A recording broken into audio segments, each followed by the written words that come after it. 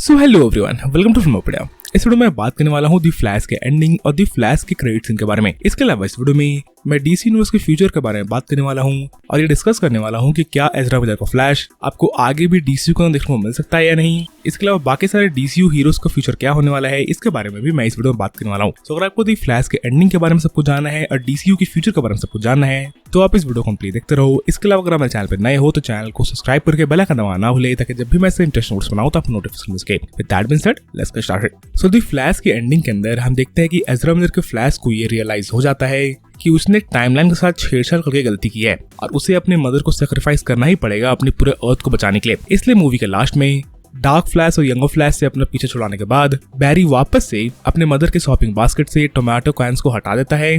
पर उन tomato cans को हटाने के बाद बैरी उन टोमेटो कैन्स को लोअर सेल्फ पे नहीं रखता है, यानी कि उनके ओरिजिनल पोजीशन पर नहीं रखता है बल्कि टॉप सेल्फ पे रख देता है, जिसके कारण जब उसके फादर इन कैन्स को लेने के लिए शॉप के अंदर आए तो सीसीटीवी कैमरा के अंदर उनका शकल अच्छा से देख सके, जिसके बाद वो जेल से बाहर निकल सके।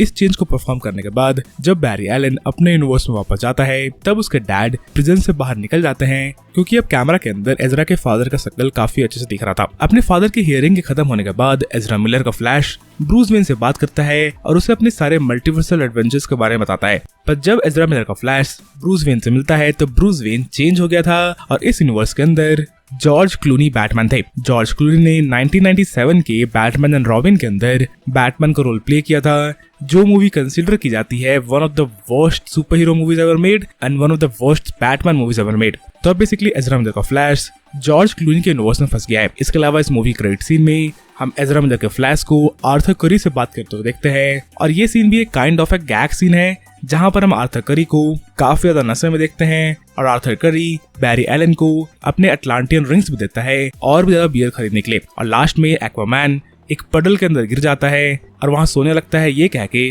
कि यही उसका घर है। तो इस मूवी के एंडिंग और क्रेडिट सीन के बाद ये कहना मुश्किल है कि क्या फ्लैश वापस से कुछ चीजें चेंज करेगा और एक डिफरेंट टाइमलाइन पे जाएगा इस टाइमलाइन को छोड़ के, क्योंकि अब एज़रा मिलर को ये पता चल गया है कि अगर वो कुछ भी चेंज करता है टाइमलाइन के अंदर तो एक ब्रांचिंग टाइमलाइन के अंदर ही वो पहुंच जाएगा। कम से कम इस टाइमलाइन के अंदर उसके फादर जेल में नहीं है, पर अगर वो वापस से टाइमलाइन के साथ छेड़छाड़ करता है तो उसके फादर वापस से जेल के अंदर जा सकते हैं।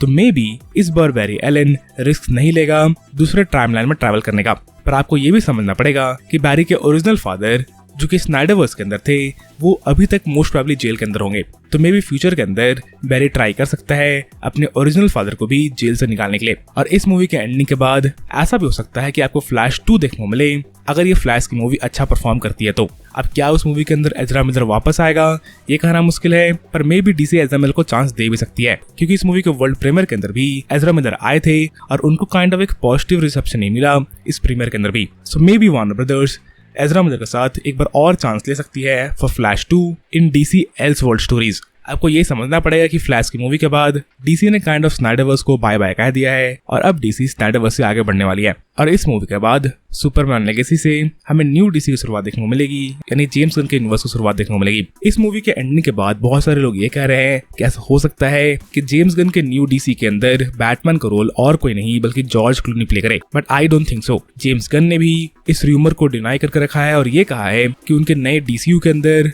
Brave and the Bold movie के अंदर जॉर्ज क्लूनी बैटमैन का रोल प्ले नहीं करेंगे बल्कि एक यंगर एक्टर और एक नया actor Brave and the Bold movie के अंदर and the new DC universe के अंदर बैटमैन का रोल प्ले करेगा। सो ये जॉर्ज क्लूनी, एज़रा मिलर का Flash, Arthur Curry, Ben Affleck का बैटमैन, हेनरी कैविल का सुपरमैन, रॉक का ब्लैक एडम, ये सारे लोग एल्सवर्ल्ड स्टोरीज के अंदर हैं जिनकी मूवीज मोस्ट प्रोबेबली आगे कंटिन्यू अब नहीं होने वाली है। कुछ मूवीज कंटिन्यू हो सकती है जैसे कि फ्लैश अगर ये अच्छा बिजनेस करती है तो, पर बेसिकली अब आपको स्नाइडरवर्स के कैरेक्टर्स को गुड बाय करना ही पड़ेगा। डीसीयू की लास्ट मूवी एक्वामैन होने वाली है और उस मूवी के अंदर भी बैटमैन का एक कैमियो होने वाला था। इनिशियली बेन एफ्लेक ने भी एक्वामैन की मूवी के अंदर कैमियो शूट किए थे, पर शायद उन सीन्स को अब उस मूवी से हटा दिया गया है। ऐसा हो सकता है कि उस मूवी के अंदर भी जॉर्ज क्लूनी के यूनिवर्स के बैटमैन के कैमियोस को ऐड किया जाए, जिसके कारण एक्वामैन 2 फ्लैश के क्रेडिट सीन से डायरेक्टली कनेक्ट हो पाएगा। या फिर ऐसा भी हो सकता है कि उस मूवी के अंदर किसी भी बैटमैन को ना दिखाया जाए फैंस के कंफ्यूजन को कम करने के लिए।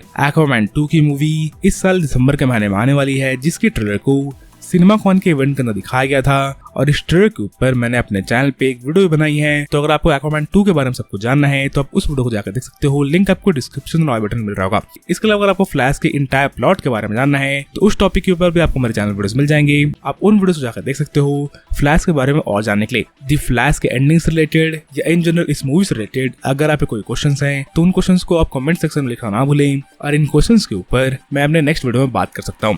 बाकी इस वीडियो के लिए इतना ही। अगर आपको वीडियो पसंद आई तो वीडियो को लाइक करना ना भूलें, और अगर आप मेरे चैनल पहले बार आए थे तो चैनल को सब्सक्राइब करना ना भूलें, ताकि जब भी मैं ऐसे इंटरेस्टिंग वीडियोस बनाऊं तो आप नोटिफिकेशन मिल सके। As always, thanks for watching.